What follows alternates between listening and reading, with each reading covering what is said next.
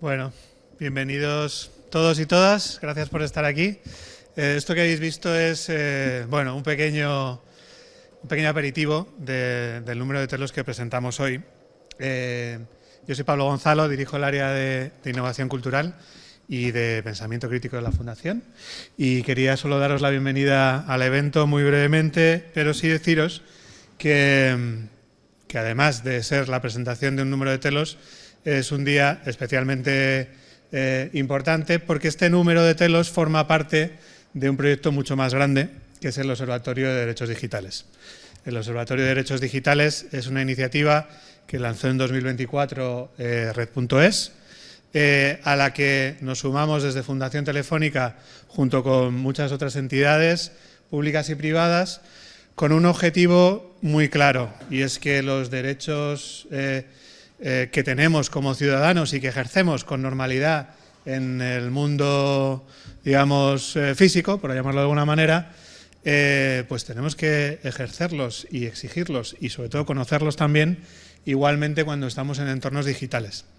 Es verdad que estos entornos cada vez están más interrelacionados, pero también es verdad que a veces cuando nos movemos en las redes sociales algunos de estos derechos se nos olvidan o parece que no los conocemos tan bien. Y este es el objetivo de este gran proyecto impulsado por Red.es en el que participamos, con muchas actividades, y una de ellas es dedicar un número de la revista Telos monográficamente a este tema. Es de lo que vamos a hablar hoy.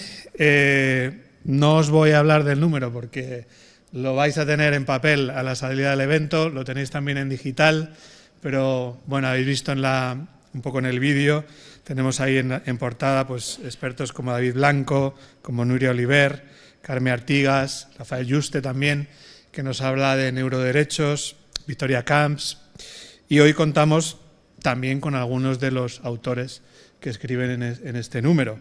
Tenemos a David, que ya lo he mencionado, David Blanco, que es secretario general y del Consejo de Administración de Red.es. Tenemos también con nosotros a Antonio Dieguez, muchísimas gracias Antonio, a Jordi Pérez Colomé, a Mariluz Rodríguez, que no voy a detenerme en sus currículos porque ahora los presentaremos en la mesa redonda, pero sí que quería nombrarles desde luego para agradecerles no solo vuestra aportación a Telos, sino también que estéis aquí con nosotros y la conversación que vamos a tener. Y va a moderar la charla precisamente Elena Sainz, que es periodista, científica y también directora de Conversation. Quiero también, para terminar y ya dar paso al debate, pues un agradecimiento muy especial a todo el equipo de Red.es, a Jesús Herrero, que ha llegado por los pelos, porque como sabéis hay una manifestación en Gran Vía y estaba cerrada y la Gran Vía y nos nos dedicará unas palabras luego después para clausurar el evento, a Juan Miguel, a todo el equipo de Red.es, desde luego a David por todo el trabajo que hemos hecho juntamente, y también al equipo Telos, que es el que hace posible esta revista, a Rafa Sarralde de Conversation y a todo el equipo, Javier Moya del diseño, al equipo de Fundación Telefónica, Andrés, Elena, Silvia y por supuesto a todos los autores y a todos vosotros que estáis aquí y que formáis para nosotros parte de esa familia Telos. Sin más, yo solo quería terminar con algunos mensajes que nuestro presidente, el presidente de nuestra fundación, Enrique Goñi, traslada precisamente en este número, ¿no? Y que creo que son importantes para la conversación de hoy y en los que creemos bastante. Uno de ellos es que no deberíamos desconfiar de la tecnología, deberíamos más bien dedicarnos a intentar humanizarla entre todos y gobernarla. Que no deberíamos elegir entre progreso o dignidad o derechos, sino que ese progreso fuera dirigido por esa dignidad y esos derechos. Y lo último es que en un contexto tan complejo con el que nos está tocando vivir a nivel internacional y en el que las estrategias de poder cada vez cambian más, nosotros deberíamos defender nuestros valores, ¿no? Y deberíamos defender que desde Europa se impulsara la innovación, se impulsara la competitividad, pero desde la ética, porque creemos que no son cuestiones que tengan que ser incompatibles. Así que, sin más, os dejo con lo importante que es esta conversación que va a moderar Elena sobre este número de Telos. Espero que os guste y mil gracias por vuestra asistencia. Gracias. Gracias. Pues adelante vamos.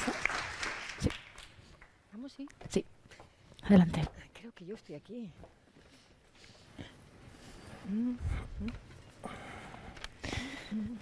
¿Aquí? Buenas tardes. Mariluz, tú vas. Ahí, exacto. Perfecto.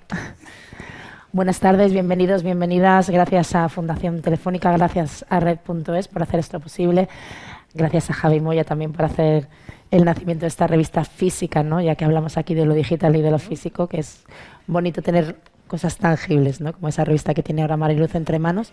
Y bueno, pues como decíais, me toca a mí un poco dirigir y llevar la batuta de una conversación interesante, porque ya adelantaba que tenemos al secretario general y del Consejo de Administración de Red.es, David Blanco, a un filósofo de la ciencia y experto en realismo científico y en transhumanismo, Antonio Dieguez, a un periodista especializado en tecnología en el diario El País, que es Jordi Pérez Colomé, y a una catedrática de Derecho del Trabajo y de la Seguridad Social en la Universidad de Castilla-La Mancha, como es Mariluz Rodríguez.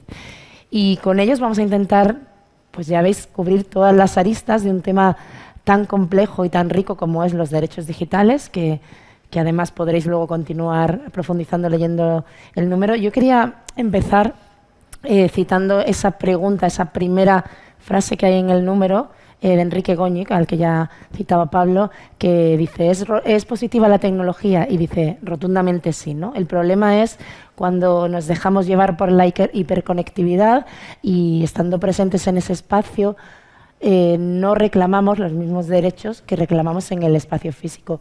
Y ahí quería lanzarte una pregunta, David. La primera pregunta sería para ti. ¿Son los mismos derechos los que llevamos de siempre o tenemos que inventar derechos nuevos, derechos digitales nuevos para estar aquí? Muy buenas tardes a todos. Es un placer estar aquí en tan buena compañía.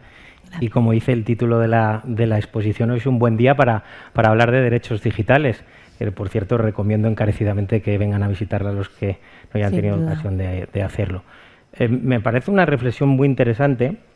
Y de hecho, bueno, por eso la reflejo en el artículo de la revista. Pues se suele hablar de generaciones de derechos, distinguiendo tres generaciones, ¿no? La primera, la de los derechos de la libertad, luego el Estado asume un papel más activo para garantizar unas condiciones básicas a todo el mundo, los derechos de igualdad, y luego la perspectiva colectiva de los derechos de solidaridad o fraternidad, y ahora se habla de derechos digitales como una generación. Bueno, es la pregunta, ¿son nuevos derechos? ¿Se va hasta el catálogo antiguo? ¿Hay que reconocer otros derechos? El derecho a la desconexión digital, al anonimato, a la integridad y transparencia algorítmica, a la soberanía sobre los datos. ¿O basta con una reinterpretación de los que ya tenemos o una una redefinición del contenido esencial de estos derechos. Pues esa es la pregunta. Yo creo que es una discusión muy teórica que da lugar a muchas opiniones. Yo creo que en realidad podemos hablar más que de generaciones de derechos, que hace una idea de sucesión o superación, sino de dimensiones que coexisten en un tronco común. Decía Enrique Goñi en la introducción de la revista que lo importante es la dignidad. Yo creo que hay derechos que son universales y eternos, que siempre han estado ahí y que ya tenemos reconocidos en la Constitución, que de hecho el artículo 10 considera la dignidad de la persona como el fundamento del orden político y la paz social, y a partir de ahí articula un catálogo de derechos que están allí reconocidos. Y yo creo que muchos se pueden reinterpretar a la luz de esta nueva dimensión, es decir, la libertad la podemos reinterpretar a partir de la amenaza de la manipulación algorítmica, la igualdad a partir de la discriminación automatizada o la intimidad por la explotación masiva de datos, ¿no? Porque han pasado a ámbitos diferentes. La intimidad antes estaba en el dormitorio, ahora está en el smartphone. La libertad de expresión antes se ejercía oralmente y ahora pasó al panfleto, al periódico y ahora al tuit. Entonces yo creo que se pueden reinterpretar. Además, así se está haciendo. Yo creo que hay muchos derechos. El derecho al olvido digital procede del origen jurisprudencial, y llega un momento en que una persona pues considera que hay contenido que debe de eliminarse de los resultados de búsqueda de los servidores de búsqueda por Internet y acude a los tribunales recabando tutela y consigue que le reconozcan que tiene ese derecho. Y igual que en su momento se consideró que tenía que haber un acceso en virtud de la información pública al código fuente de determinadas aplicaciones que condicionan o no el reconocimiento de prestaciones sociales, y que entraba dentro de la transparencia algorítmica, y los tribunales lo han reconocido. Entonces, la base que tenemos es importante y se puede trabajar. Ahí yo creo que es complicado un reconocimiento actual por el procedimiento de reforma de la Constitución agravado, que hoy en día es muy difícil que se produzca, pero que tenemos base constitucional para ir trabajando en estos derechos. De hecho, la Carta, que no tiene carácter normativo, pero que sí tiene un valor importante, tanto prospectivo, descriptivo y asertivo, para que sirva de inspiración a los poderes públicos.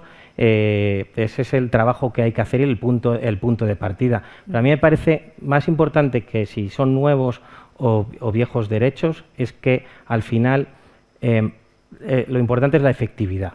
Es decir, que haya una efectividad real de derechos, y eso no basta con una declaración, porque si no bastaría con un PDF que recogiera los derechos y lo copiamos y lo publicamos. Necesitamos un sistema de garantía y protección efectiva de los derechos.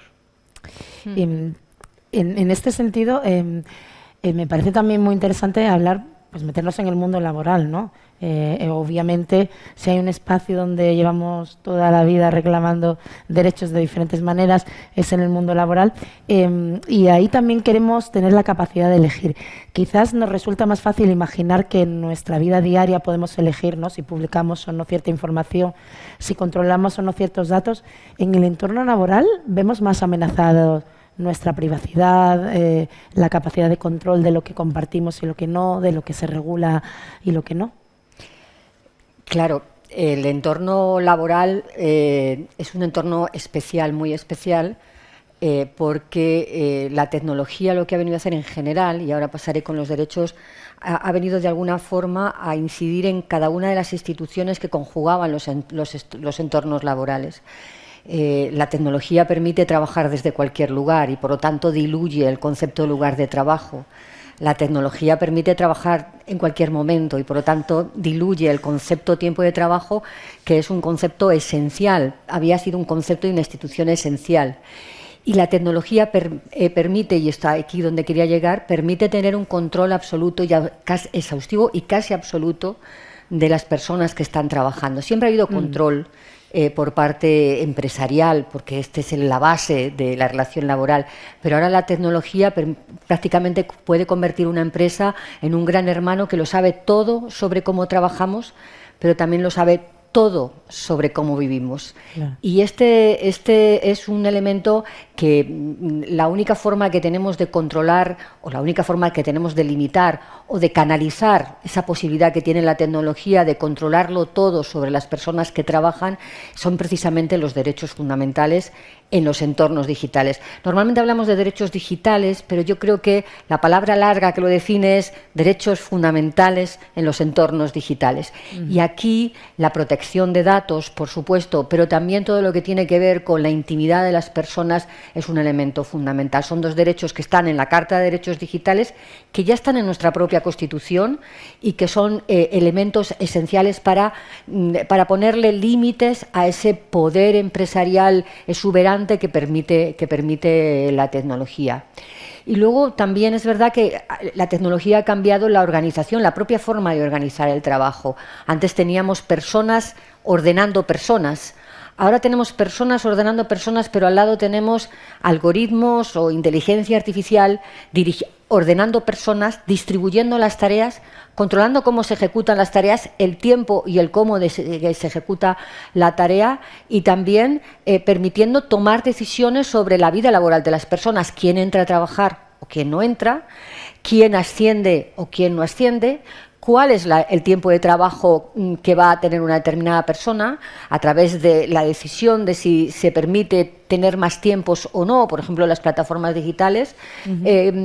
También permite tomar decisiones sobre quién va a ser despedido o quién no va a ser despedido.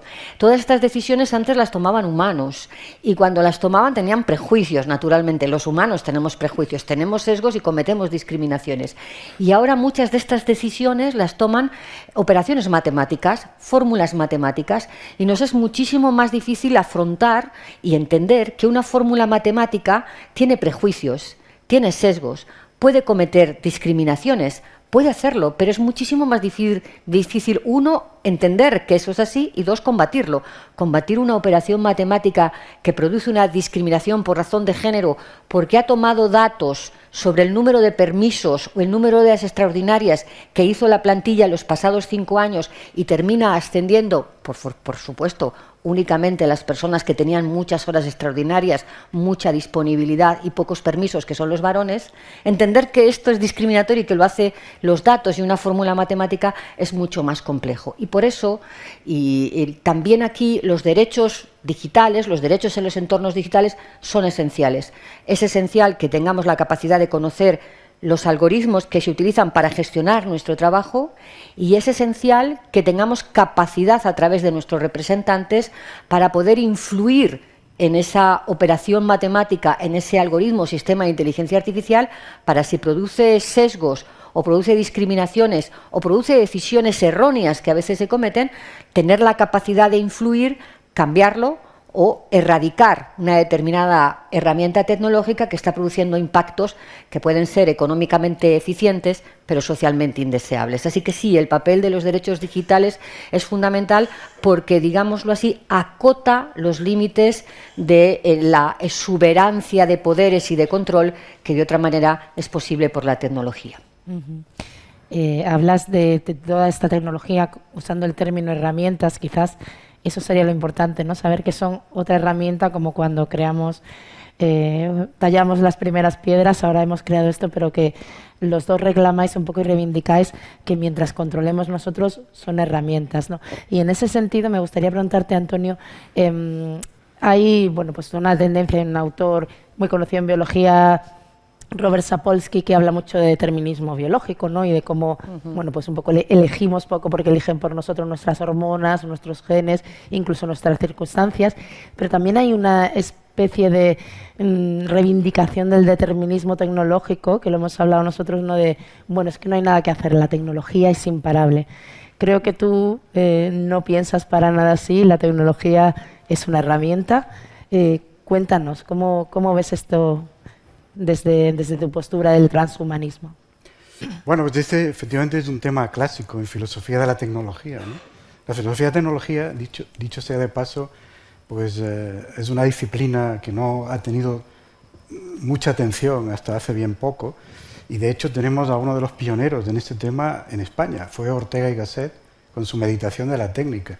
Yo suelo reivindicar mucho ese librito, porque casi nadie lo menciona, y se publicó en el año 39 en forma de libro, y es la primera meditación seria que un filósofo profesional hace sobre la tecnología. Todo el mundo cita a Heidegger, pero la obra de Heidegger, la pregunta por la técnica, es del año 54. Entonces, tenemos un pionero en España y ese librito es muy inspirador y todavía tiene mucho que decir, merece la pena leerlo, ¿no?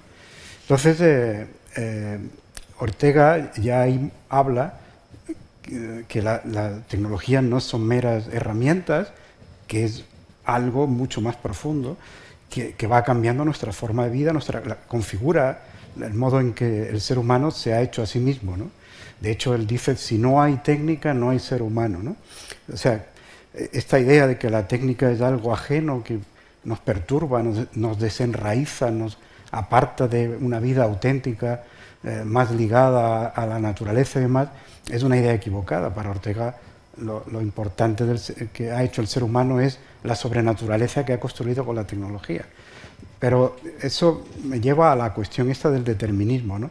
¿Significa eso que entonces que la tecnología ha adquirido ya tal poder que ya no podemos tomar el control de ninguna manera, que ya, digamos, esa sobrenaturaleza se construye a sí misma y va generándose según sus propias leyes, ¿no? Uno de los grandes defensores de esta idea fue otro pionero, Jacques Ellul, un filósofo francés, que fue un gran defensor de esta posición, y luego de una forma más matizada Landon Wiener, un filósofo norteamericano. Pero es una idea que ha arraigado profundamente en la psicología popular y entre nuestros políticos, por ejemplo. Es muy común oír la frase esta, que a mí me pone muy nervioso, no se le pueden poner puertas al campo, ¿no? Lo cual quiere decir que no se puede hacer nada cuando habría que hacer algo, ¿no? Claro que se le pueden poner puertas al campo, solo hay que ver las sierras en Andalucía, están llenas de puertas y no se puede salir uno del camino, ¿no? La tecnología no obedece a leyes intrínsecas, la tecnología es contingente y su desarrollo está ligado a factores culturales, sociales, políticos, etc. La prueba es que no siempre triunfan las tecnologías más eficientes, y que tecnologías que en un lado triunfan, en un lugar del mundo triunfan, en otro lado del mundo quizás no tanto, por razones religiosas o culturales, etc. Los seres humanos siguen teniendo una voz importante en todo esto y no deberíamos asumir este discurso, esto que Landon Wiener llama el sonambulismo tecnológico, del que estuvimos hablando, sí. porque entonces es cuando se convierte en una profecía de autocumplimiento. Es decir, si todos asumimos que no se puede hacer nada por llevar la tecnología a los fines que realmente deseamos, que es en lo que insiste Ortega, la tecnología no puede poner los fines los pone el ser humano. Si todos desistimos de esa idea, al final la tecnología se vuelve autónoma, pero eso significa en la práctica que hay 10 personas en el mundo que van a decidir a dónde va la tecnología. No que la tecnología va a seguir sus propias leyes, sino que van a ser los magnates tecnológicos los que van a tomar esas decisiones. Comunicar todo esto, Jordi, no es fácil, ¿no? Entre otros motivos, porque el entorno digital evoluciona rapidísimo, por esas grandes compañías que nos quedan además físicamente lejos. ¿Cuáles son los mayores retos a la hora de comunicar? ¿Cuáles son, pues, esas dificultades de un mundo cambiante en el que cuesta saber lo que viene después? Yo, Elena, estaba escuchando a los tres y pensaba, si tuviera que resumir esto en un titular y mil palabras, me pego un tiro. No, claro, es el problema de básicamente, en la cobertura de esto, para verlo desde un punto de vista más general, desde España, desde Madrid, desde Europa, estamos haciendo algo que ocurre fuera de aquí, lejos de aquí. O sea, hay como los protagonistas, estas 10 personas de las que hablaba Antonio, no son españolas. Son muchas estadounidenses, no sé si la mayoría, no sé si lo tienes. Entonces, y ocurre mucho en California o cerca de California.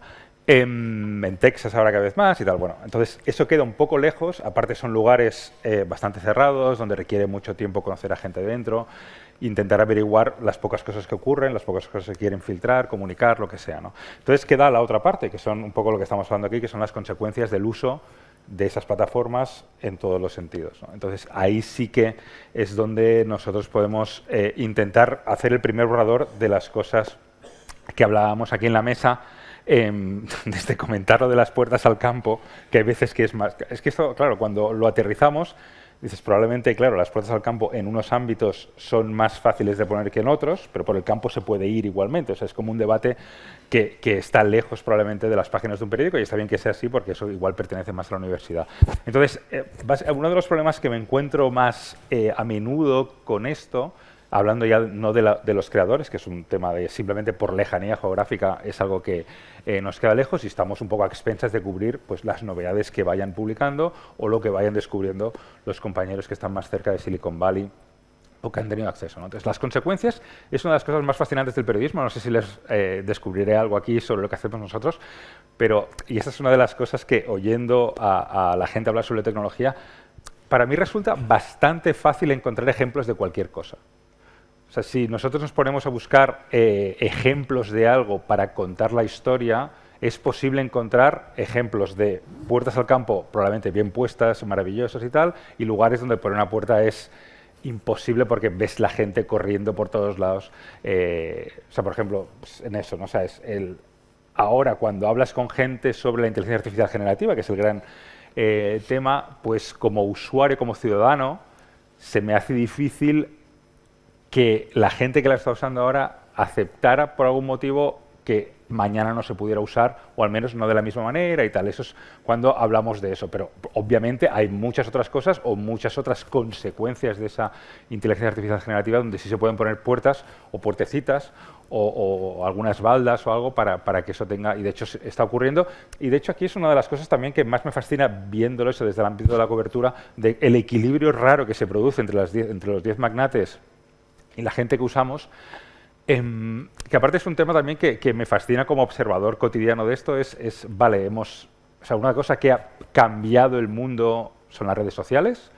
O sea, en la primera década de los 2000 irrumpieron, fueron una especie de cosa benévola, alternativa, hasta mediados de la década siguiente, y ahora, aunque no nos gusten mucho, prácticamente se han convertido en todos los sentidos en una herramienta cotidiana de todos nosotros. ¿Qué consecuencias tiene eso para el mundo? Probablemente siga el debate abierto y tal. Entonces, entre eso y lo que tenemos ahora, en medio ha habido, por ejemplo, el metaverso. El metaverso fue una cosa de la que hablamos durante año y medio. Ahora hay una empresa de los 10 magnates que cambió su nombre para llamarse algo vinculado a eso.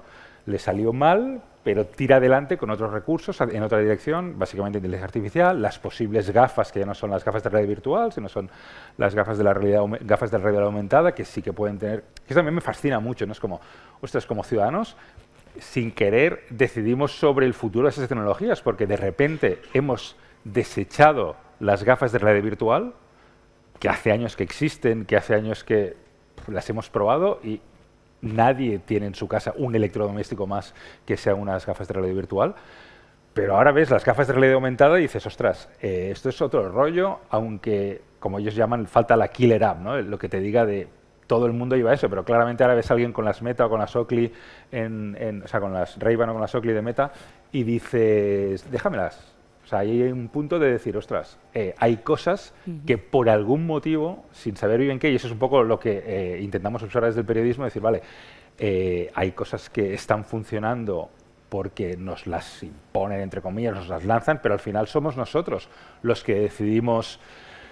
Por ejemplo, ya por no hablar del hardware, ya cierro aquí, vale, inteligencia artificial generativa, hay unos magnates dirigiendo, pero por ejemplo, estos días justo es noticia que después de que OpenAI pareciera como el gran proponente de la inteligencia artificial, pues estamos moviéndonos a que Google pues, ha remontado en esta especie de carrera de caballos de la bolsa y se ha puesto a nivel, se ha puesto las pilas, digamos, y se ha colocado con sus modelos y su capacidad a la altura de OpenAI y ofreciendo algo un poco distinto, más herramienta que acompañante o secretario, o amigo, vamos. Y entonces, pues eso está ocurriendo en directo, ¿no? Entonces, pues, si hay una burbuja, no hay una burbuja, hay muchos debates que ocurren en directo y que nosotros en periodismo y tal, tanto más cerca de Silicon Valley como lejos, tenemos que cubrir y que están un poco, digamos, vamos con los debates que son un poco más teóricos, vamos un poco al margen porque es eso, es como vamos observando lo que ocurre sin poder contar bien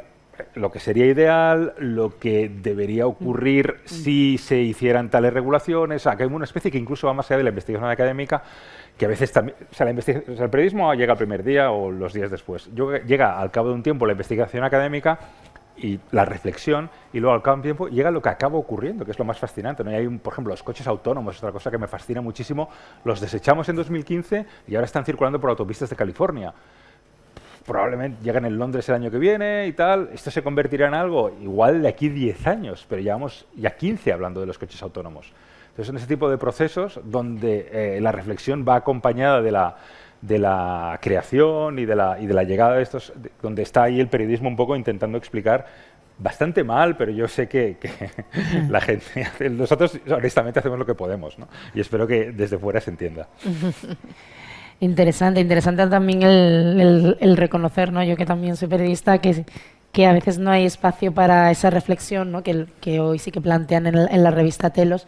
Pues, por ejemplo, a mí voy a citar un texto de David, ¿no? Porque dice, no podemos olvidar que detrás de cada clic hay una biografía, que detrás de cada perfil hay una historia y que detrás de cada dato que se recoge, cada decisión que se automatiza, cada rostro que una cámara reconoce, hay alguien, ¿no? Esta reivindicación de la persona, que quizás es verdad que se nos escapa dentro de la noticia, pero que es algo muy profundo, ¿cómo se traduce en términos de gobernanza? Pues yo creo que en términos de gobernanza, el decir que cada vida o cada persona importa significa no entender la tecnología como algo en términos de infraestructuras, procesos, sino en términos del impacto que puede tener eso en lo que de verdad importa, que es, otra vez volvemos a la dignidad, ¿no? Sí. Entonces yo creo que aquí la administración, hablo de administración en general, el Estado, tiene un papel que tiene que ser protagonista. Y me remito a las funciones tradicionales, ¿no? Que tiene, en primer lugar, como regulador, es lo que estábamos hablando, ¿no? El reconocimiento, la garantía y la protección de los derechos, los trabajos como la Carta de los Derechos Digitales, sí. Pero también me refiero a la parte del diseño de políticas, de que se hagan pensando en el ciudadano, en ponérselo fácil, en reducir su carga documental, en facilitar la accesibilidad, la seguridad, la neutralidad, en ese tipo de cosas que hagan la vida más fácil al ciudadano y pensando en él. Como observador para detectar las tendencias a través de indicadores, estudios, como están haciendo el Observatorio de Derechos Digitales y Red a través de el ONSI, o incluso la supervisión para vigilar que se cumple con las leyes, ¿no? Como puede ser la Agencia de Supervisión de Inteligencia Artificial, para que se respete el reglamento. Creo que también tiene un papel muy importante como motor. Esto es como tractor, como ejecutor de programas e impulsar la transformación digital. A eso nos dedicamos en Red.es, pues desplegando infraestructura, garantizando servicios públicos digitales y llevando a cabo esos proyectos tractores y impulsando la innovación, la compra pública innovadora. O sea, esa parte es súper importante. Creo que hay una parte también de cerrar brechas, de que la tecnología sea accesible a todo el mundo con independencia de su edad y cualquier otra circunstancia o condición, y para eso hay que proveer de equipamiento, de conectividad, competencias digitales. Nosotros tenemos también programas de formación para colectivos en riesgo de exclusión digital. Nos parece muy importante centrarse en colectivos como la infancia, los menores. El otro día presentábamos también en el marco de esta iniciativa el informe de Infancia Digital, donde sacábamos unos datos espectaculares, o por lo menos interesantes y algunos preocupantes, sobre el impacto, el acceso a las tecnologías de los menores y adolescentes y los efectos que eso puede tener, o el impacto en su salud mental, emocional, en la convivencia familiar, escolar y las adicciones o la exposición a contenidos que pueden ser perjudiciales para ellos, y es súper importante.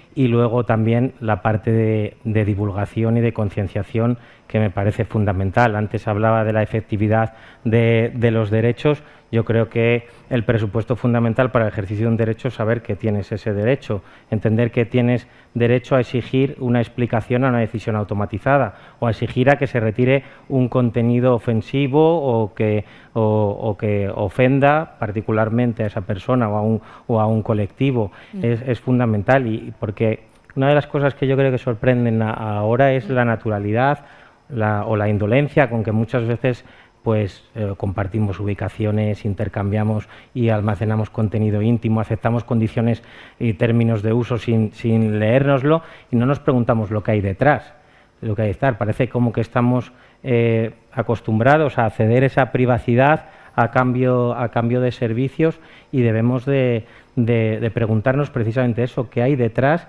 y concienciar a la gente de que hay unos derechos que pueden ejercitarlo, porque al final se trata de preservar esa parte de humanidad en un mundo en que tiende todo a convertirse en dato, y de ahí la frase inicial que citabas de mi artículo de la revista. Mariluz, en este sentido, para los trabajadores, ¿no? Mencionabas antes, que me parecía muy interesante, el hecho de que ahora el trabajo no tiene una ubicación física, tampoco una ubicación temporal, ¿no? Y ahí surge ese derecho nuevo, esa reclamación nueva de la desconexión digital, ¿no? Que antes obviamente no era precisa porque salías por la puerta de la oficina y ya no volvías hasta el día siguiente. Ese es un derecho claro a reclamar, ¿no? En esta sintonía que decía David, pero yéndonos al mundo de la empresa. ¿Qué otras prioridades crees tú que cualquier trabajador, nada más entrar al mundo laboral, y vamos a pensar, por ejemplo, en los jóvenes, ¿no? Cuando los jóvenes entran al mundo laboral, ¿qué deberían tener prioritariamente en su cabeza que tienen derecho a exigir o a reclamar? Bien, la verdad es que acabamos de hacer una encuesta dentro de este gran proyecto donde estamos todos implicados, que es el desarrollo de la Carta de Derechos Digitales, en nuestro caso concreto, en nuestro equipo de investigación en concreto, lo que tiene que ver con los derechos digitales en los entornos laborales y empresariales. Y una de las preguntas que hemos hecho en el informe preliminar, sin necesitar descender a los microdatos, es: ¿usted conoce los derechos que tiene en los entornos digitales? Y solamente un 20% de las personas han dicho rotundamente sí. Y les hemos preguntado también, ahora voy con los nuevos derechos, lo que tengo que saber cuando voy a empezar a trabajar. ¿En su empresa se respetan los derechos digitales? Solamente un 17% de las personas que han respondido han dicho: sí, en mi empresa se respetan los derechos digitales, lo que significa que la gran mayoría de las personas que han respondido a la encuesta han pensado que en su empresa no se respetan los derechos digitales. Y aquí quiero poner, en este eje quiero poner mi intervención. Creo que muchas veces cuando se entra a trabajar no somos conscientes efectivamente de los derechos en general que nos asisten, pero más en relación con estas nuevas herramientas, voy a volver a utilizar la palabra porque para mí son herramientas, nuevas herramientas tecnológicas que están transformándolo todo.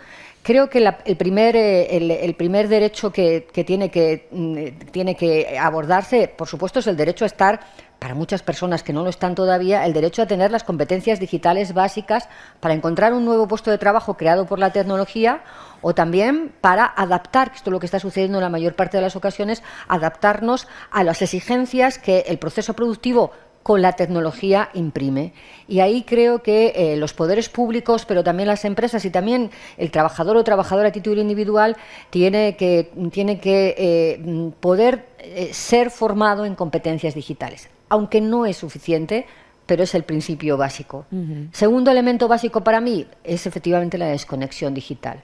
Hay un informe ya no nuevo hecho entre Eurofound y OIT que medía qué sucedía cuando se estaba trabajando en entornos tecnológicos y sobre todo en el teletrabajo, que decía que lo habitual es que se expandieran las horas de trabajo. Nosotros también lo hemos medido con trabajadores y trabajadoras en grandes empresas y en pequeñas empresas. Se expande el tiempo de trabajo. No, la autoorganización del tiempo de trabajo no termina limitándote. Trabajas desde cualquier lugar y en cualquier espacio. Y el derecho a la desconexión digital, que una parte de mis colegas lo ha criticado porque ha dicho, bueno, ya tenemos normas sobre limitación de la jornada. Sí, tenemos normas sobre limitación de la jornada, pero en los espacios digitales esas normas a veces no se adaptan completamente, digámoslo así. Y a veces muchísimas se incumplen, no se adaptan o se incumplen. Por eso necesitábamos un derecho que al menos pusiera encima de la mesa que en un determinado momento no vamos a seguir trabajando. Es verdad que la regulación que tenemos del derecho a la desconexión es una regulación, desde mi perspectiva al menos, una regulación todavía mejorable, porque no estamos diciendo a la empresa, oiga usted no tiene por qué requerir los servicios de sus empleados más allá de su horario de trabajo. Esta norma no existe en nuestro ordenamiento jurídico. Lo que existe es, mire usted, cuando reciba un requerimiento de su empresa, piense que no tiene el deber de atenderlo, claro. O sea, es el trabajador, perdona. Es el trabajador o trabajadora el que tiene que decidir si va o no a atender el requerimiento que le hace la empresa. Vale. Así que, segundo derecho que tenemos que aprender, no atender requerimientos de la empresa fuera del horario de trabajo, salvo supuestos, que lo dice también la norma, de fuerza mayor. Hay un tercer derecho, que es el derecho, lo decía antes, el derecho. Lo que sucede es que en nuestras investigaciones los trabajadores no lo conciben como un derecho laboral, pero lo es, el derecho a decirle a la empresa, a pedirle a la empresa qué categorías de datos está usted capturando de mí y cómo está utilizando esos datos que usted captura sobre mí. Y estoy sometido a un algoritmo, lo decía antes. ¿Qué afecta? ¿Afecta a mi horario? ¿Afecta a mi salario? ¿Afecta a mi relación laboral? ¿Afecta a mis ascensos? Tenemos el derecho a pedirle esa información a la empresa a través del derecho de acceso del Reglamento General de Protección de Datos. Pero los trabajadores y trabajadoras no lo entienden como un derecho laboral, porque lo ven como un derecho de ciudadanía, pero no como un derecho laboral. Más aún, hemos estado chequeando en la Agencia de Protección de Datos, en la Agencia Española de Protección de Datos, si algún trabajador había reclamado que no le habían dado esa información, no hay ni un solo caso. Y luego, y para terminar, hay muchos más, pero hay otro que yo creo que es muy importante. Y es que en la transformación tecnológica de la empresa, y es de eso de lo que yo escribo en esta revista, es necesario tener encima de la mesa los intereses. Es tan importante que es necesario tener las voces de todos los partícipes. Por supuesto, la empresa tiene libertad de empresa para organizarse e introducir las herramientas tecnológicas, nuevamente herramientas que considere, pero desde el mismo momento yo soy de las que piensan que la voz de los trabajadores y de las trabajadoras tiene que estar también ahí. La afectación es tan intensa a su forma de trabajo, a su forma de comprender el trabajo, que la voz de los trabajadores tiene que estar desde el principio. Y termino con el dato de la encuesta que acabamos de hacer. Cuando le preguntamos a los trabajadores y trabajadoras si creen que tienen que tener voz o participación en la transición digital de su empresa, el 60% de ellos dicen sí, queremos tener algo que decir cuando la empresa introduce una nueva herramienta tecnológica que afecta a nuestras condiciones de trabajo. Así que también, y ese es otro derecho importante que yo tendría en cuenta, no es un derecho personal del trabajador o trabajadora, pero sí es un derecho fundamental de lo que estamos hablando, es participar en la transición tecnológica de la empresa y participar, cogobernar, yo me atrevo a decir, o codefinir las condiciones en que afecta la tecnología a las personas que trabajan con ella. Muy interesante. Antonio, quería preguntarte también, porque antes hemos descartado de alguna manera, ¿no?, que vayamos hacia un determinismo tecnológico, pero otra cosa de la que se habla mucho, además, luego Jordi que nos diga, también es muy espectacular en medios, ¿no?, es todo esto de ese nuevo humano que trasciende al Homo sapiens, hacia el que vamos encaminados, que la tecnología nos convertirá casi prácticamente en una especie diferente. Nos gusta mucho. Es muy espectacular y te pregunto, ¿es realidad, ficción, utopía, distopía? Bueno, en mi opinión, la mayor parte de lo que se dice cuando se habla de esto es pura ciencia ficción, ¿no? Y lo malo es que se está convirtiendo además en un discurso ideológico, porque ha calado, por ejemplo, entre los dirigentes tecnológicos en Silicon Valley y se ha convertido en una especie de justificación de ciertas políticas tecnológicas. Por ejemplo, el largoplacismo, que viene también de la misma fuente que el transhumanismo, de la Universidad de Oxford, ¿no?, del Instituto para el Futuro de la Humanidad, que dirigía Nick Bostrom, pues ahora mismo el largoplacismo es Elon Musk lo dijo en un tweet, en un post en X, ¿no? Dijo, esta es mi filosofía. Cuando McCaskill publicó su libro Lo que debemos al futuro, puso una foto y dijo, esta es mi filosofía, ¿no? Es decir, en Silicon Valley han asumido esto, ¿no? Como una forma de enfrentarse al futuro. Y entre las cosas que se prometen ahí, pues está esto, primero el mejoramiento del ser humano a través de la tecnología, medicamentos, en primer lugar, nuevos medicamentos que alarguen la vida, por eso han fundado Calico y luego Altos Labs, para estudiar sobre el rejuvenecimiento en seres humanos. Más adelante, mediante ingeniería genética, el mejoramiento genético del ser humano. Ya ha ocurrido un intento en China con He Jiankui, que tuvo consecuencias penosas para todos, incluyendo el propio científico. Y más adelante la idea es conseguir una unión paulatina con la máquina, interfaces cerebro-máquina en primer lugar, más adelante incorporación ya permanente de elementos electrónicos en nuestro cuerpo y finalmente, en estas tecnofantasías que elaboran en algunos centros académicos, pues el volcado de la mente en una máquina, la inmortalidad definitiva, volcando nuestra mente en una máquina. Bueno, todo eso está lleno de problemas de todo tipo, ¿no? Problemas éticos, para empezar, yo diría que incluso problemas metafísicos, porque la mente no es de ese tipo de cosas que uno puede volcar, copiar y volcar, ¿no? Es otra cosa mucho más compleja. Pero también, claro, ahí hay problemas tecnológicos, ¿no? Porque, en fin, solo nuestro cerebro tiene 86.000 millones de neuronas, cada una de las cuales tiene unas 1000 conexiones sinápticas. Además, se sabe hoy día que las células gliales también tienen un papel importante en la cognición y son muchas más que las neuronas. Copiar todo eso de forma exacta, porque si empiezas a fallar en un porcentaje de un 5%, lo que te va a salir ya no es tu mente, es la de otro, ¿no? Entonces, copiar todo eso de forma exacta y pensar que alojando toda esa copia en una máquina, esa máquina va a, digamos, hacer funcionar tu mente como si fueras tú mismo, y que se mantiene tu vida como, tal y como eres, tu identidad personal, etcétera, pues yo creo que es no entender muy bien lo que es una mente, me parece a mí. Desde luego, desde el punto de vista filosófico es bastante insostenible y supongo que desde el punto de vista neurológico también. No obstante, hay cosas que sí son factibles y las vamos a ver. Por ejemplo, medicamentos rejuvenecedores, yo creo que lo podremos ver probablemente, ¿no? Altos Lab está dedicado a esto y se fundó con un capital inicial de 3.000 millones de dólares, ¿no? Capital inicial. Casi nada. O sea que sacarán algo tarde o temprano. Espero que no es muy tarde, porque a mí me va pillando ya con una cierta edad, ¿no? Pero, por ejemplo, vivir más años es algo factible y yo creo que se conseguirá.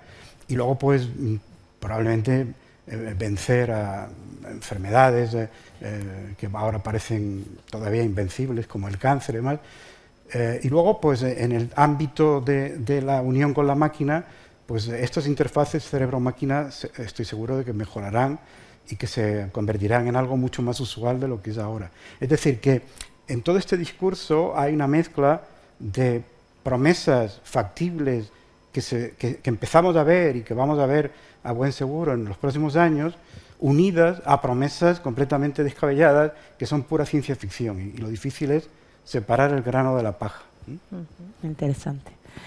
Bueno, hablando de ciencia ficción y de todas estas promesas, Jordi al final hace una selección de libros, ¿no? El número cierra con una interesante selección de libros. No sé si ya, bueno, pues que la gente consulte el número para ver todos los que incluyes, pero ¿con qué te quedarías? ¿Qué descubrimiento ha sido el más llamativo? Bueno, pero me gustaría preguntar, pero Antonio, ¿llevaremos un chip en el cerebro o no?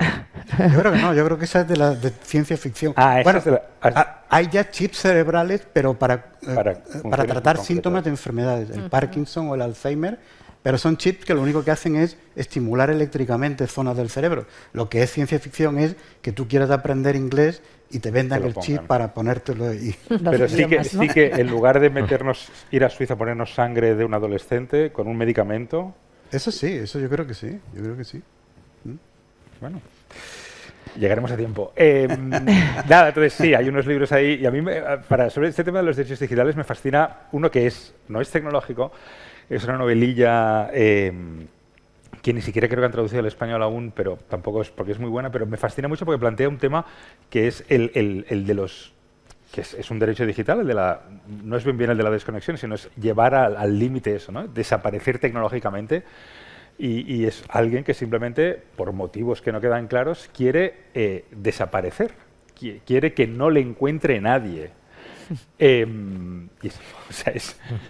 Empezar a pensar las cosas que, evidentemente, el móvil, pero luego hay un reguero de cosas, dinero, ya claro, eso es como imposible, todo tipo de cámaras. Cualquier interacción social requiere de algún tipo de... si puedes ir al cine, por ejemplo, si tienes dinero, pero si tienes que ir a sacar dinero al cajero ya estás fastidiado. Hay como una especie de limitación ahí brutal de... decimos, sí, fantaseamos con vivir en el campo y tal, pero no se puede vivir ya fuera del... Entonces me fascina plantearlo como... Es un ejercicio, evidentemente, de ficción, una novela, y es alguien que la acaban encontrando por una chorrada, por simples conexiones humanas, alguien que le pregunta quién es, le googlean y tal, y al final sale y evidentemente le encuentran porque se dio de baja. Hay una serie, es imposible realmente, y a mí me fascina mucho eso, leer novelas de no ficción, libros de no ficción del siglo XIX-XX de gente que mataba a 25 personas y no le pillaban. Es como eso. Hay que verlo de la parte... hay gente que eran asesinos de estos en serie. Bueno, hay muchos muy famosos, ¿no? Pero hay muchos muy poco famosos también, de gente que tenía un hotel y mataba a muchos de sus huéspedes y nadie sabía dónde estaban, ni si habían desaparecido y dónde está la partida de nacimiento. Está en un estado, en estos Estados Unidos, en otro. Y entonces, claro, todo eso tiene partes buenas, obviamente, que es como todo esto, ¿no? Que hay muchas cosas que dices, bueno, pues me subo al carro de los medicamentos para rejuvenecer, pero luego hay problemas de nunca más vas a poder ser anónimo, nunca más vas a poder desaparecer del todo, ¿no? Y es una de las cosas que me fascina porque es como llevar a esto de los derechos a la vida cotidiana de cosas que no... Que por eso, y preguntas también en el periódico, claro, alguien como Brian Johnson, que es el chino supongo pero el americano que está intentando tener un cuerpo de un tío de mi edad, 40 y pico, que tiene un cuerpo de su hijo de 18, ¿no? Y parece que lo consigue y tal, y dice que un día se morirá cayendo por las escaleras o cualquier noche. pero bueno, que hay como eso llevado al caso concreto de alguien que está ha puesto su pequeña fortuna de trabajador de éxito en una empresa tecnológica, para intentar, crearse una especie de unidad médica individual para, la verdad, le está saliendo bien, pero es un poco ridículo todo, ¿no? Entonces, sí, yo creo que terminará muriéndose, guste o no. Pero no por viejo. Eso es cierto, se puede morir por un accidente. Cuando hablan de la inmortalidad, parece que piensan que no te puede ocurrir otra cosa más que morirte de viejo, pero no se puede morir de muchas otras formas. Por eso quieren volcar la mente en una máquina y así, además de hacer varias copias, ¿no? Porque si le cae un muro a una máquina que tenga tu mente, siempre tendrás una copia de reserva, ¿no? Eso me parece fascinante de estos magnates, y ya te lo dejo, Elena, que es el único límite que tienes cuando tienes el poder del mundo, tanto económico como de todo tipo, en la mano, es que te vas a morir. Es fascinante eso, es como no pueden de momento, y hay gente que no hace falta que sean los Elon Musk o los Bezos o los Zuckerberg, sino gente que es multimillonaria y ahora tiene 30 años, pues esos grandes influencers y tal, que esperan eso, que bueno, ¿por qué no voy a poder vivir 140 años siendo más o menos joven y tal? Y bueno, la biología por ahí de momento no ha sobrepasado. Esta es una de las cosas más bonitas también, de que la tecnología es como cambia mucho la vida, pero al final la vas a palmar igual. Sí, además tenemos científicos españoles de primer rango investigando en este tema, ¿eh? Sí. Y ha contratado, Altos Lab ha contratado a algunos de ellos, Manuel Serrano y Juan Carlos Ispizúa. Han sido contratados por Altos Lab Sí. para trabajar en esto. Estás muy con Autoslap, te veo que es que le han tienes llamado la guía atención. con la pastillita, la píldora te llega directa, claro. Vamos a probar. Bueno, Y atentos, antes Antonio, de- que va a probar la pildorita de Autoslap pronto. Yo en cuanto la saque. no te quepas. ¿En serio? Sí, hombre. ¿Conejillo de Indias? Claro. ¿En serio? Hombre, si la sacan al mercado será porque ya la han probado. A ver, que ¿Y levante qué va la a mano hacer? quien sería ¿Va a conejillo de Indias convertirse como Antonio, ¿no? Es que te va a convertir 10 años menos. Bueno, hay un ensayo clínico hecho ya con alfa-fetoglutarato y vitaminas. Lo que pasa es que en ciencia un solo ensayo clínico no es nada, ¿no? Hay que repetirlo más veces y tal. Pero administrado a 60 pacientes durante 8 meses y tuvieron un rejuvenecimiento medio de 8 años. Guau. Ojo, 8 años. Perdona, Elena, que ha sido una Cuanto más pero creo información que- uno, ya lo Creo que sabes hay gente me tomando nota encanta de esto. alfa-glucerato. Esto es lo bueno. ¿Vosotros os lo 8 tomaríais años, ya que todos calculando estáis? aquí. Yo Sí, ¿no? Sí, claro, claro. David, Yo ¿tienes dudas? espero a ver cómo funciona y luego ya... O sea, primero le dejas a Antonio probar, ¿no? Tengo un poco de Antonio, margen 8 años todavía me ahí. parece poco, ¿eh? A mí también. Bueno, como ya veis, está bien tomárselo con humor. No sé si hay alguna pregunta por parte del público antes de que ellos cierren un poco sus intervenciones. Por ahí hay una mano levantada. Bueno, ¿te prendió? Sí. Bueno, muchas gracias por la charla. También me dedico a la investigación, pero en los últimos días me viene sucediendo algo que quizás compartan o no, que es que por un lado cada vez planteamos más derechos digitales y cada vez somos más conscientes de que un algoritmo no debería decidir si entramos a un trabajo, si ascendemos, que necesitamos puertas, pero hace unos días se anunció que a nivel europeo va a haber flexibilización de las garantías que ya teníamos y pareciera que cada vez los estados son más impotentes para plantarse frente a las empresas y si bien sé que un algoritmo no debería determinar si entro a una empresa, ¿cómo hago para reclamarlo después? Pareciera que tenemos muchos derechos, pero que todavía ejercerlos es difícil y que las empresas van ganando la pulseada. Porque lo que se anunció en la Comisión Europea pareciera demostrar que finalmente los que tienen el poder logran vulnerar las garantías que a nivel mundial habían construido la Unión Europea como ejemplo. Es una reflexión más que una pregunta, pero quería saber si compartían algo de eso.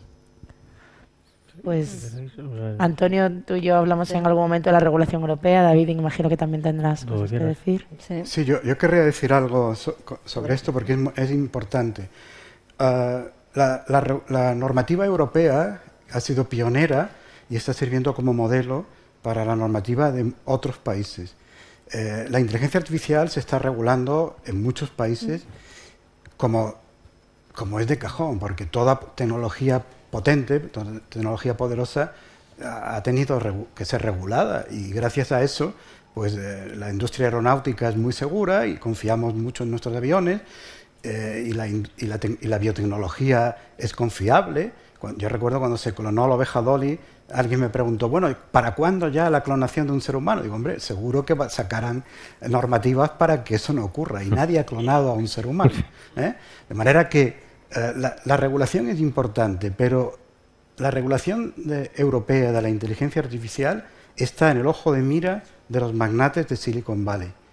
Y la presión para que la suavicemos e incluso la eliminemos es muy fuerte. Mira, esto que voy a decir parece que es ciencia ficción, pero uno de los ideólogos de Silicon Valley, que es Peter Thiel, el cofundador de PayPal, va dando conferencias ahora sobre el anticristo y el apocalipsis. ¿Y sabes, según él, qué es el anticristo? Un gobierno mundial que regule la tecnología. Wow. Están convirtiendo esto en un tema ya casi religioso, ¿no? Y no te quepa duda de que el enemigo a batir para ellos es esta regulación europea, porque está sirviendo de modelo para otros lugares, claro. ¿Podría decir algo con respecto Por favor. a esto de cómo ejercemos los derechos? Voy a contar un caso, que es aterrizarlo quizás sea más fácil de ver. Hay un sindicato italiano, no es un sindicato español, aunque ya tenemos un ejemplo español que si quieren lo puedo contar después, pero vamos con el más sofisticado, digámoslo así. Hay un sindicato italiano que pensaba que el algoritmo que gestionaba una plataforma de reparto de comida era contrario al derecho de huelga. Contrario al derecho de huelga. ¿Y por qué era contrario al derecho de huelga? Entendía este sindicato italiano. Pues con un argumento muy creativo, los italianos son creativos y sofisticados, entendían que como los trabajadores tienen que elegir el slot en el que van a trabajar en la plataforma con un tiempo de antelación, si no renunciaban a ese slot que habían elegido 48 horas antes de que se produzca, la plataforma penaliza, baja la puntuación, y cuando baja la puntuación, tu capacidad de elegir trabajo y, por lo tanto, de tener renta es mucho menor. Bien, pues hubo un sindicato italiano que entendió que está vulnerando el derecho de huelga e intimó un proceso contra el algoritmo de esta plataforma digital, entendiendo que si un trabajador va a hacer huelga no tiene que preavisar 48 horas antes de que no va a trabajar. Todo esto al principio parecía ciencia ficción, pero hoy hay una sentencia que dice que efectivamente ese algoritmo era contrario al derecho de huelga y que por lo tanto tenía que corregir la penalización de personas que no renunciaban a su slot 48 horas antes. ¿Con esto dónde quiero llegar? Es verdad que hay derechos que son más difíciles de ejercer. Es verdad que para ejercer los derechos tenemos que conocerlos y valorarlos. Y en esas estamos con el proyecto de la Carta de Derechos Digitales. Ese es justamente el objetivo de lo que estamos intentando hacer hoy aquí. Pero cuando se conocen y se valoran, hay instrumentos jurídicos para defenderlos. Y a veces tan sofisticado como entender que un algoritmo vulnera el derecho de huelga. Así que sí es posible. Solo tenemos que conocerlos, valorarlos y ser creativos en la argumentación jurídica.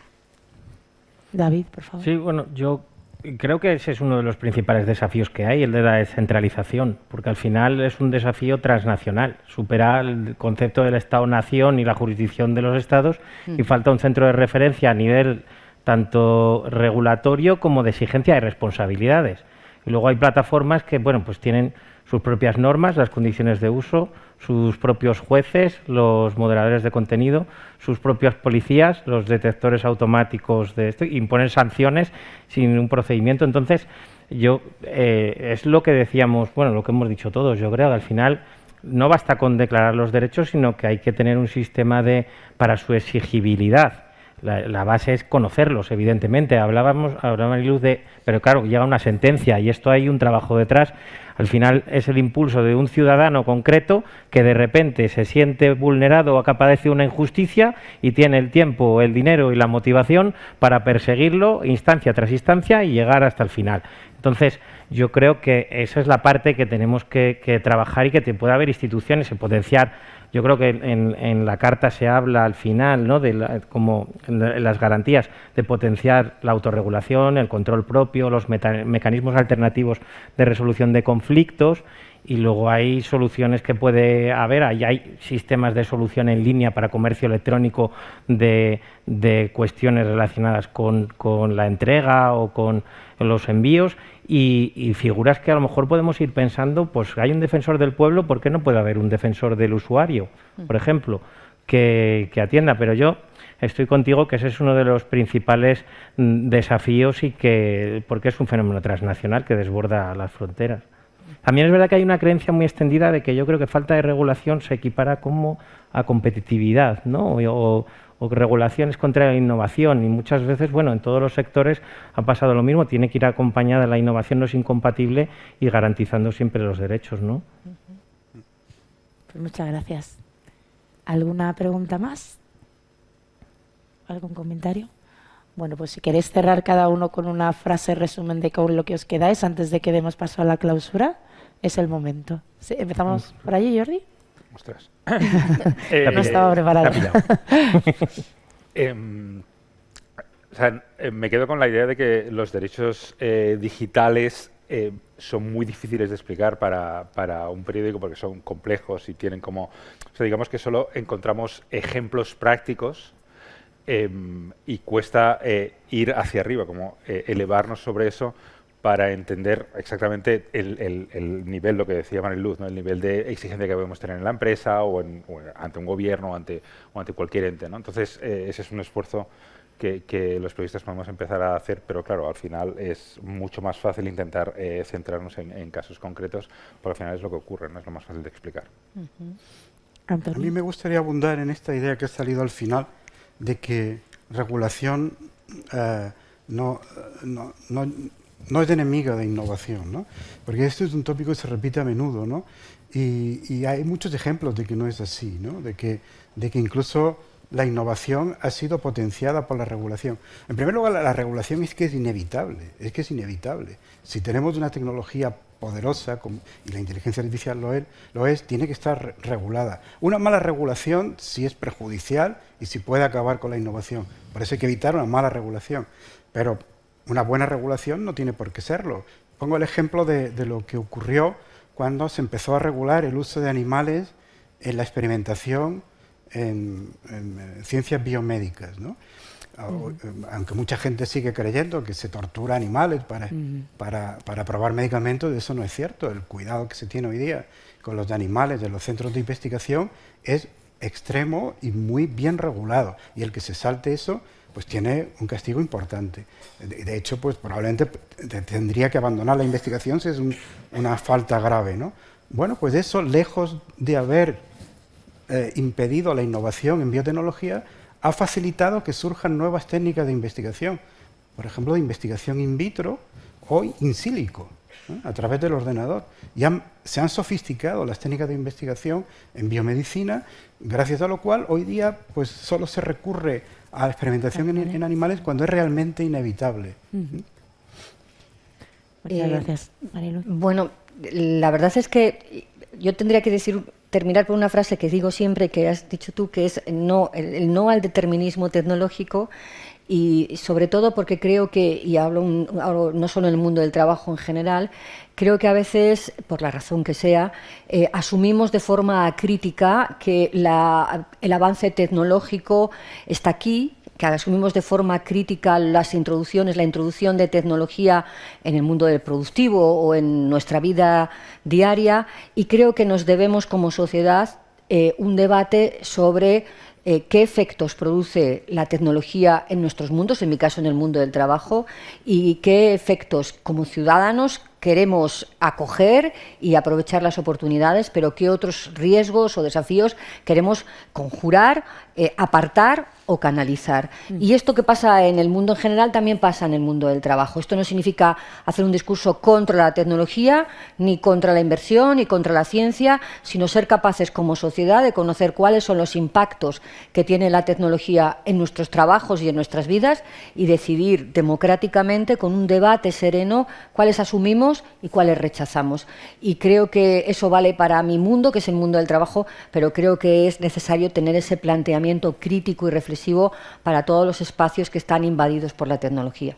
Muchas gracias.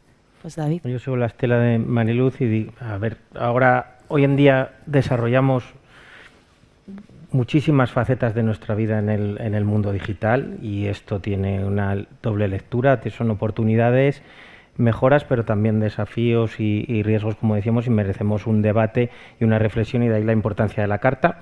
Creo que la carta no tiene que ser un mero decorado, es lo que estábamos hablando. Es verdad que necesitamos una brújula moral, también legal, pues para orientarnos en esta especie de intemperie digital, pero necesitamos un escudo práctico, y es lo que hablábamos de las exigencias de garantía y protección. Y ya por último, quiero poner el acento en esa labor de concienciación que estamos haciendo todos con el observatorio y con iniciativas como esta y la exposición, porque creo que los ciudadanos no tienen que ser meros espectadores, sino que tenemos que ser protagonistas de esto, para que se deje de hablar no tanto de experiencia de cliente o de usuario, sino de dignidad, de lo que de verdad importa y ha importado siempre. Y al final, yo creo que no se trata de tener derecho a navegar, sino a navegar sin perder derechos. Pues muy buena frase de cierre, muchas gracias. Y damos paso a Jesús Herrero, director general de Red.es. Gracias a los cuatro por vuestras aportaciones.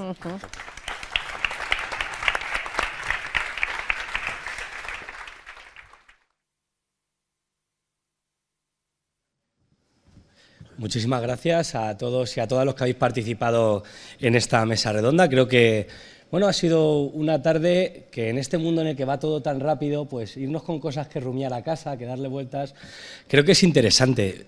Hoy, mientras os estaba escuchando, de fondo se escuchaba otra cuestión, que era gente que estaba reivindicando derechos en un día que está reconocido por todos y en otra realidad en la que la tecnología se cruza determinantemente. Y yo creo que esta representación en la que hablábamos de derechos y también escuchábamos a la calle reivindicar nuevos derechos, nuevos espacios de protección, pues es el espacio en el que estamos trabajando, ¿no? Yo creo que un día como hoy tiene que salir un número como este en el que podemos dar voces a gentes que piensan diferente y que no se pegan en la revista, que cada uno tiene su percepción de la realidad y que todas tienen cabida, en el que el lector puede hacerse su propia idea en un momento en el que parece que todo nos viene determinado y yo creo que la mesa pues le ha puesto pues la guinda porque hemos entendido que había libros en 1939, ¿no, Antonio?, que eran más de hoy que del 39, que yo creo que es un elemento relevante, o que periodistas que llegan primero, que madrugan, que lo ven, pero que les cuesta también ver cómo trasladan lo que se necesita al resto de la gente. También hemos escuchado que hay algoritmos que evalúan horas que ellos no trabajan. Y yo creo que hay uno de los elementos que es importante, que es que el que te evalúe tu trabajo sepa lo que es trabajar. Y también hemos escuchado que detrás de todo esto pues hay una persona, hay una historia, hay una realidad que probablemente, no sé si tendrá cobertura digital, pero que la analógica no puede perderla, ¿no? Y yo creo que este proyecto encarna eso. Yo creo que las administraciones públicas, como Red.es, que tenemos el honor de poder participar en esta iniciativa, tenemos la obligación de pensar en el futuro, porque lo que pasa a esta gente es que ya está viendo cuando tengan brazos de máquina, cuando tengan cabeza de máquina, y por eso siempre nos van por delante. Y yo creo que nosotros ponernos en esos escenarios como administraciones públicas y, en definitiva, como sociedad, es un deber de obligado cumplimiento que tenemos las instituciones. Hay otro que es el de generar debate. Yo creo que poner algo en el debate, en el día en el que la inteligencia artificial nos dice qué es lo que hay y que no es cuestionable, creo que es una obligación constitucional. Yo creo que antes las administraciones públicas dictaban determinantemente lo que las sociedades debían o podían hacer. Pues yo creo que hoy las administraciones públicas debemos ser generosas y humildes para dar un paso atrás, porque hoy es el momento en el que la sociedad tiene que hablar sobre el futuro que quiere. Y yo creo que este número también vuelve a poner el debate sobre el centro de lo que necesitamos desarrollar las políticas públicas. Y en tercer lugar, también agradecer la generosidad de todos los que habéis participado y todas las que habéis participado en este número, porque lo que habéis escrito extrañamente ya no os pertenece. Pertenece a todos aquellos a los que consigamos interactuar con este número de la revista, que aparte de tener ideas brillantes, veis que es colorido, que tiene fuerza y que nos lleva a mundos que muchas veces no nos hemos planteado. Así que esto, por terminar, es un proyecto en el que trabajamos Red.es, pero lo importante no es lo que somos nosotros, sino el Observatorio de Derechos Digitales. Tenemos ahí a Luisa allí y tenemos al resto de colaboradores y colaboradoras y muchos de los participantes, y es un observatorio en el que hay universidades, fundaciones, especialistas, gente de conocimiento y del desconocimiento, como un servidor, que nos hemos juntado para intentar dar forma a un debate que nosotros comenzamos pero que no queremos concluir. Así que daros las gracias, Luisa, sobre todo gracias a la Fundación Telefónica, porque yo os he descubierto en este proyecto y es un lujo poder contar con vosotros en esta experiencia, y solamente de parte de todos esperamos no solo que os guste, y aunque no os guste, os dé para pensar, porque es lo que tenemos que hacer, pensar y defender lo que hemos construido entre todos. Así que muchísimas gracias.